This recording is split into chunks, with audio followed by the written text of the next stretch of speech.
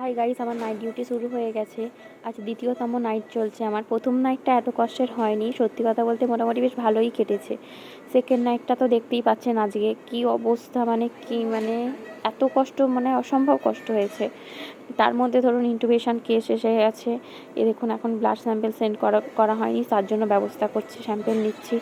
আর এদিকে তারপরে ধরুন রাতের খাওয়াটাও হয়নি, এখন দেখতে একটু 2টো বেজে গেছে রাত। খিদেও পেয়ে গেছে যে কি করব, কিন্তু যা সিচুয়েশান দেখছি আমার মনে হচ্ছে না রাত 3টের আগে আমার খাবার হবে, রাতের ডিনার হবে। সে যাই হোক, রাতের ডিনারটা মনে হচ্ছে পরের দিনই হবে আর কি, ভোরের দিকে। এই পেশেন্টটাকে এমআইসিইউ শিফট করতে হবে, কিন্তু আমার টেনশন হচ্ছে তার আগেই পেশেন্টের স্যাচুরেশন খুবই ড্রপ করছে। এটা নিয়ে আমাকে বারবার মেনটেন করতে হচ্ছে। জানি না আমি তাড়াতাড়ি করে এমআইসিইউ অবধি শিফট করতে পারবো কি না। এর সাথে গডকে প্রেও করে যাচ্ছে যাতে স্যাচুরেশনটা একটু স্টেবল হয় আর কি।